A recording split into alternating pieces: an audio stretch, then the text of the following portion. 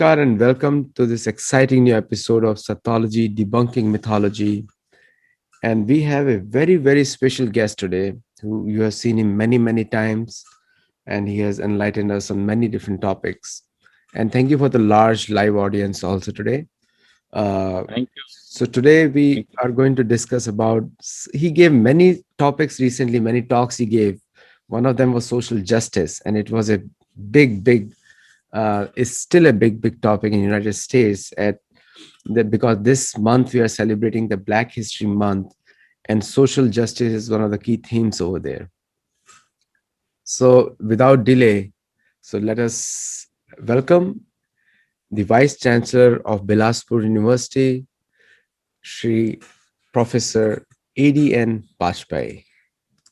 Thank you, Aditya. Thank you. So, Professor Bajpai, it is a great honor to have you again. And first of all, congratulations on our behalf.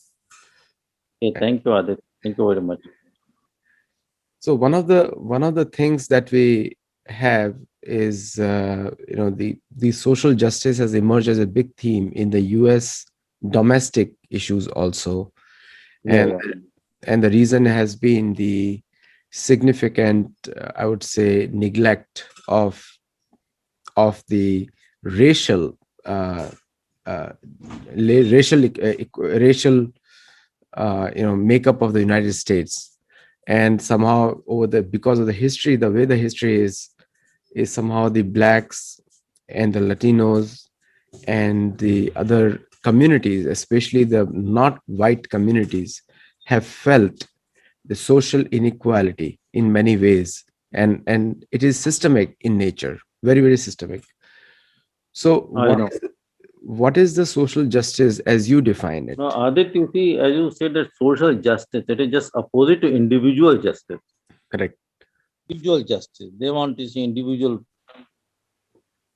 they want to see individual place, individual prestige, individual everything. So, and our social justice, you see, believes in community feeling, society as a whole, as such, isn't it? Yes. So there is major difference between India and see Western approach. In India, we believe in society. Family is the smallest unit of that is the society.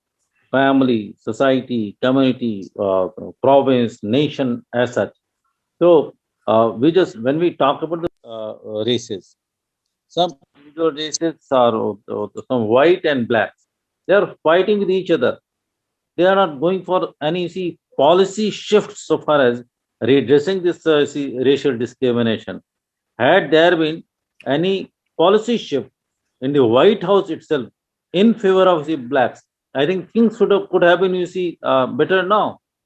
So individual justice on the name of economic, you see per capita income, or you see this prestige, post, this so many other things. They have got to see limited you see values. They'll have to be policyfied in a matter so that this problem of social justice doesn't occur you see again and again. Okay, Aditya? Yes. No, good point you said. Individual justice versus social justice, and that's a problem because the justice delivered at the individual level for a large group of people becomes social justice. So you No, got a very good point. a lot of difference. Uh-huh. If you are just adding so many individuals, they will form a group. There is all doubts about it. I used to say, if you just plant many trees, but it cannot become a jungle, it cannot become forest.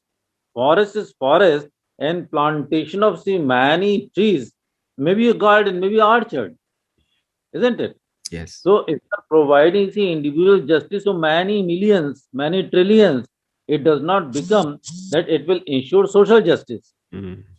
Social justice totally spontaneous, self-propellant.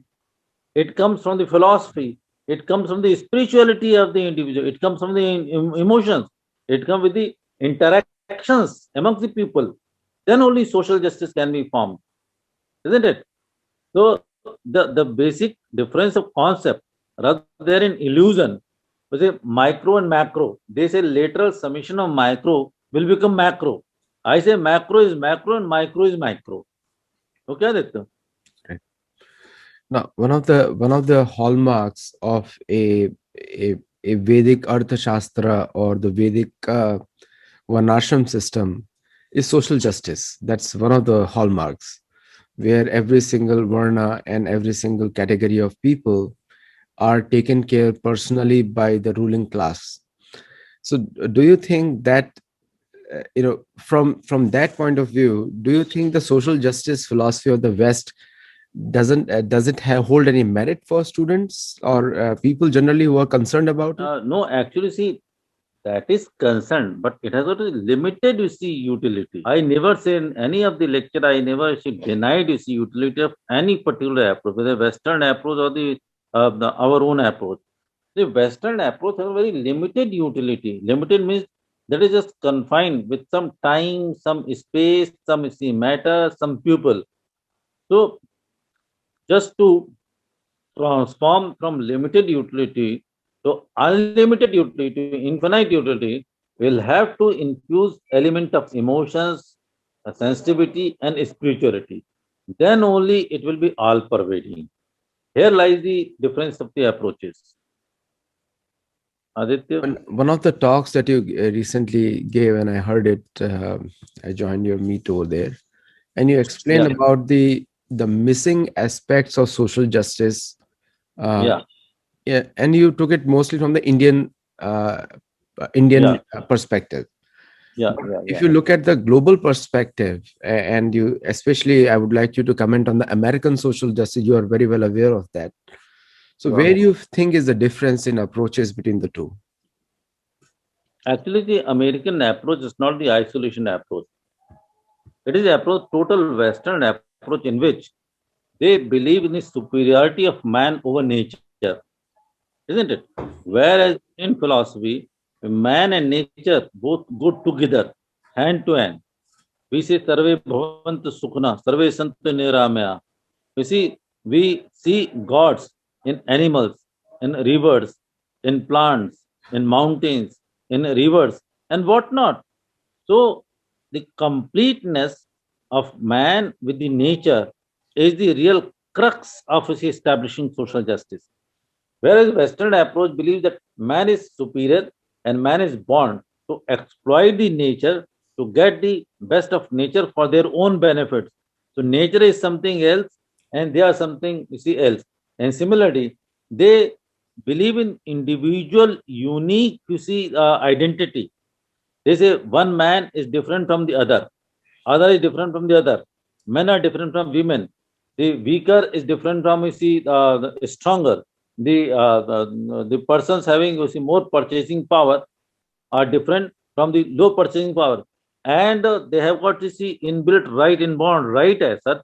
The stronger has got full right to exploit the weaker, which is Darwinian theory. We too also believe in the Marx Nyaya. Marx Nyaya means that, you see, big fish eats a small one, big animal eats a smaller one, but the big animal on one hand smaller animals, on the other time protects the all the species available under control. Say the an element of the tiger. So we are having first, preservation first, and for the purpose of food item, if they want to a different domain under which we are talking about all these things. Okay, Aditya? Yeah, good point you said. I think there's and I think you quoted Max, but it is also in the Veda also the same thing. Yeah, The that's the cycle of life, and somehow the cycle of life is included in even in the human the cycle of life included within the human society also. But generally, when you have the cycle of life concept in the human society where the stronger carries the whip over the weak, then generally yeah, exploitation happens in a big way. yeah, yeah, yeah, And yeah, in the human society is supposed to be caring. If you are higher, there is a French saying called nobles oblige. And if you are a higher status, then you have to take care of people who do not have the higher status. That's a yeah. human. So Very correct. where is that missing? in today's social justice? No, actually, when you are so self-centered, Aditya, you want everything for yourself, that too in a very short span of time, that too by hook or crook, and most of things for the demonstration purposes, they are actually not needed. So your entire approach is individualistic, and that individualistic approach comes from materialistic approach. The is just dominating. You see, the entire behavior pattern of the Western, and here we are soul centric, not the self centric. We say the soul is important, spirit is important. When spirit is important, then I am also good and other persons also good. And we'll have to take care of others first, replacing our own, substituting our own ambitions. Then there is a reciprocal behavioral pattern between Western and sustainable approach, where Western approach is not sustainable one. Yes, Aditya. We have seen that. I think I quoted in the last one. It's a European caste system at work, where the the caste system was a Portuguese word called casta, where the higher people in power have a dominion over people who are not in power. That was the European parlance of the class system or caste system, they call it. Now, you gave a solution here, very good solution you gave, that on the platform of spirituality, the social Yes. justice can be delivered to all. Yes, and that's the only solution. That's the only solution. Spirituality is the only solution for redressing the issue of social justice. Means social justice means justice to individuals, justice to all regions, justice to all times to come, justice to all species on earth. That is possible. That can be guaranteed only when you are a spiritual person. Otherwise, not. Yes, Aditya. Yes, true, absolutely true. Because I think that's one platform. Now that aspect is severely missing when we talk about American universities, and so many people are watching right now. The in the American context, the social justice is delivered at a man level, at a human level, and the court systems, they also go on the system of evidences, and they try to put solution through policies, procedures, and law.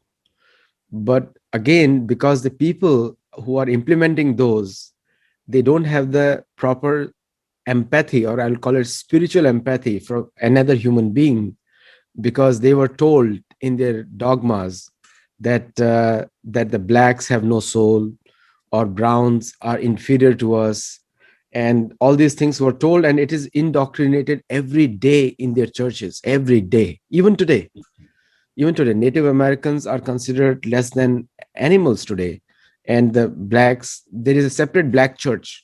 You'll never see a Hindu temple, which a separate Hindu temple for dark skinned people, or separate Hindu temple for a white skin. You won't see that. But in the institutionalized religion, there is a separate church for the black. And I think that's in the psyche. So when you try to change that in the governance or in the social fabric of society, it's impossible to do that. What is your view on that, sir? No, actually, as I told you earlier, we just try to emulate, Americans everywhere. And you yourself reiterated several times, the Americans don't have that particular instinct to deal with all persons equally. If they are differentiating in the terms of the race, caste, lines also, then you expect these Americans to go for, natural justice or the social aspect. Whereas Indians have done a lot of researches. Our rishis and munis have done a lot of researches, and on the basis of those researches, they could, which is everywhere. If it is omnipresent, that element of soul, then where lies the difference? I am same as my black friend is there, black family member. And I'll give you one example. Suppose a white couple produce any, you see, black, you see, boy, that is not under their control. You cannot control the DNA of that particular boy which is coming. What will you do then? Will you differentiate between those parents will differentiate between that boy or girl which is black as such? So it is unnatural.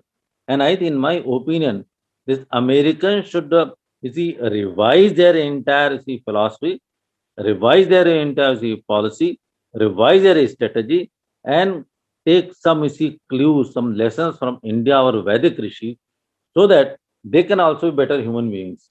Yes, Aditya. That's a very valid point, because as more and more Americans are turning to yoga and spirituality from the Vedic point of view, this thought is also emerging in a big way.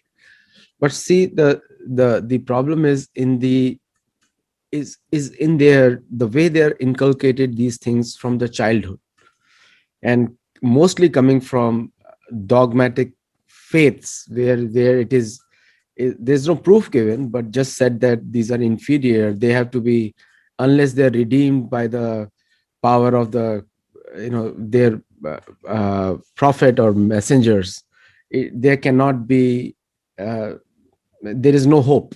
That's what they're told. Even to a Indian person, like generally Indian person who is here, or from South America, they will go and say, if you are not belonging to their faith, so very much faith driven, very faith driven, and that has gone into the system in a big way, and to such an extent that the many black communities had to create a new image of their prophet or their messenger, which is black, and say that yes, our God is black and your God is white. And now it is coming No, no, from that origin. no. It is just simply extension of, see, that particular, see, injustice-based creation of God. Number one, nobody can create God. God descends on its own. I was just telling that God descends. God descends on its own. No man can, see, create a God, neither white nor black. And we are talking about the Paramatma. Paramatma means a soul. It doesn't have any face, no color, no creed, no caste, nothing like that, isn't it? So that will have, you see, more impact, more natural impact, rather than this created God, the white or black. If the whites have created white gods, and if blacks are creating black gods, the black persons are also committing the same mistake which whites have committed, isn't it? I think we should just get divide of all these things and go for the normal, natural. Now, on the economic side, what is your view on social justice on the economic side? What do you define social justice on the economic side? You see, in economics, I say that the personal income inequality should reduce to the minimum. You see, there are also different efficiency levels of the individuals. So they should try to. Yes, now I can hear you. Am I Please. audible, Aditya? Yes, You you see, are. the economics, so far as economic angle is concerned, economics is not far away from the materialistic approach. So personal income inequality should be at the minimum level. That personal efficiency, individual efficiency level, they can earn some. Hello. Can you Yes, please repeat that? I was just making the Yeah, repeat that lot of answer for me, differences. please. Yeah. Yeah, I was just mentioning that, you see, due, you see, efficiency levels, you can earn something, but with undue help of government, isn't it, organization, you can earn so many other things. So this undue earning should be avoided, and due earning with efficient level should be encouraged. And if you earn something undue with some, you see, organizational structure or some help of the government, that you should share with those persons who are marginalized, who are having lesser income. That approach of donation, or dan, or khairat, has been, you see, established in Indian tradition. In India, we say that the first gati of wealth is dan, second is consumption, and third is destruction or just ruining. So, if the persons having lower income should be given, you see, more income. Similarly, the more income people should share their income with the less income group. See, I have, you see, reiterated several times that, you see, statistics relating to the developed and developing countries. There are the 20 top countries of the world. They are having over 70% of GDP, and 175 countries are this is just resting with 30% GDP. Why is it so? I think there should be some sharing business. And if this sharing in a natural order, some sharing is recorded, then I think this economic justice can be registered, then can flourish and they'll be sustainable also. So the policy should be as such. The economic policy should be prepared as such, which are structure based as a culture based.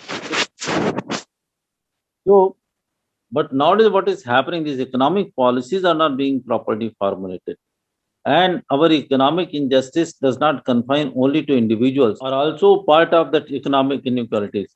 And inter-time fluctuations, which comes under the business cycles, they are also come under this economic injustice. So neither temporal fluctuations, nor regional imbalances, nor personal inequalities should be attempted to flourish. Then only a real social justice can be obtained. Somehow the topic of social justice is also connected with the law, and the law, we know very well nowadays, and any country which is following a Western model, the person who has the wealth can define a law for themselves. It has unfortunately become in all the places, not just in the US, in everywhere else also. So that also impedes social justice in a way, because the law can be, the jurisdiction can be influenced through lobbying and other actions which are not in favor of people who are economically deprived. So there is a systemic over there. So what is your view on that? Can the law, can the justice? Yes. Law is good, isn't it? Law is good. But law number one can create a fear for the persons who are doing injustice. Number two, if any injustice has occurred, law can cure, give some relief to the persons with whom injustice have been done. But the law cannot ensure injustices to occur in future. That's the limits of the law. Law, suppose we are having so many women victims. Some women victim is there. Law can ensure some relief to that is women victim. Law can ensure some fear in the persons who are going against the women, but there shall not be any injustice towards women. That can be controlled only by psychology, by psyche, and psyche is being controlled by spirituality. In under spirituality, when you think that yourself, you resolve yourself that I cannot do injustice with any individual in the outside, whether it is boy or girl, or it's a natural or unnatural, it's a poor or a rich, then only total social justice can be ensured. Aditya. So one of the aspects is, like you mentioned, the law. You just mentioned that how, if it is law is applied equitably. Now another aspect comes in, which is so we did cover economic, we did cover law, and then the third is socialism. Now when we talk about American context, there is a big according to American law, that there is a right to equal opportunity. And but my topic on law, rights is as different from karma. Karma is you get what you deserve and what you work for. But when you talk about the rights now, and say that that you have a birthright for this, you have a right for an equal opportunity. But in the concept, like you said, the sharing of wealth, that's considered socialism. Now here, do you agree with that the sharing of wealth is socialism, or the all the right for equal opportunity when the opportunity cannot be had by the weaker sections at all? They don't even come to that platform. Aditya, you see, there should be a concept of optimum and proportionate. You see, our society is not, you see, equally competent, you see, society. It is not it is not equally capacitated society. And if you're just opening everything for the individuals to go and have, you see, rights of your own, then you see the person who is strong will have, you see, major share, Correct. and it will very small share for the weaker persons. So there should be some exogenous agency that should control and go for proportionate and, you see, optimum distribution of wealth. Like you see in India, Tulsidas wrote, मुखिया मुख सो चाहिए खान पान को एक, पालई पोषई सकल अंग सही विवेक. It is just like, you see, a mouth who eats, you see, from one place but distributes everything accordingly to different needs of the parts of the body. Similar should be, there should be one authority. So that authority has been created by, you see, socialism is a state. So state also tries to have the major share for themselves and leaving very small share for the bigger population. So both approaches are not proper. And here lies the importance of spirituality, which is not any exogenous, which is totally endogenous, that comes urged from within, that we should try to distribute the things amongst the people around, isn't it? So there is a general concept of charity, and and the charity is can be negative and can be positive. Negative can be that that that somebody may say, I am providing for you, but the other Yes. person says, it's my right. You're not doing anything special for me, it's my right, because you have earned so much wealth from the society. It's your duty to provide me. And so do you think that charity even comes to that level to some extent when the systemic injustice is there? No, no, no, no, no, no, no, no, no. Charity cannot be matter of right as such.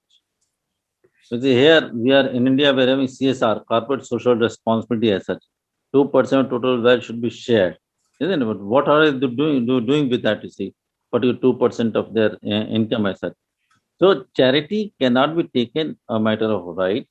Charity should come from the persons individually. If they are really interested in charity purposes, they should think that to whom, at what time, with what proportion, getting as such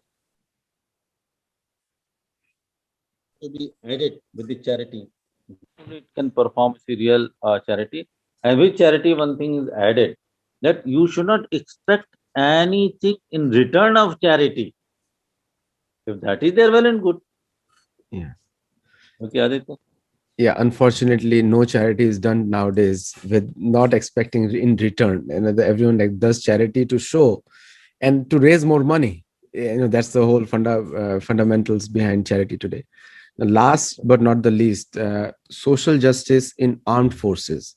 That is a big concern in the US at many levels, and where these certain people, certain communities do not get recognized for their contribution, or not as much recognized for their contribution as others are.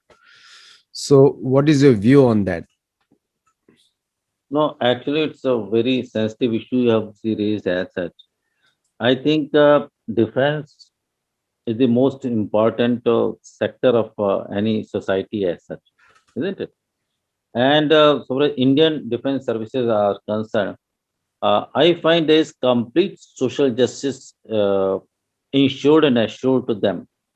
They are having their own discipline, from general to lieutenant general to major general to brigadiers to captains, everything. They are so beautifully planned as such. Nobody is thinking about that. The person, the major going for practices every day in morning, and similar is the soldier. So I think so far as the income is concerned, there may be some differences. There is no doubt about, because certain risk elements there from risk elements are compensated by more salaries. Social justice. I think entire defense, you see, gathers good social respect in Indian society, and government is also doing good for the defense personnel, because what see, they are protecting the nation, isn't it? So the respect for defense persons are also very much there in Indian society by and large, and they feel proud to have a strong defense personnel with us. Yeah, I think another aspect, and I'm taking up so much of your time on social justice because I heard your talk, and so I had all the questions. Uh, so in the one of the last elements, social justice is the private, uh, innovation industries. I would say the new economy, and there the children of Okay. the children of the middle class or people who are more affluent generally succeed more than the other communities because they had the education, they had the guidance, and they could afford a kind of thinking which the modern society needs.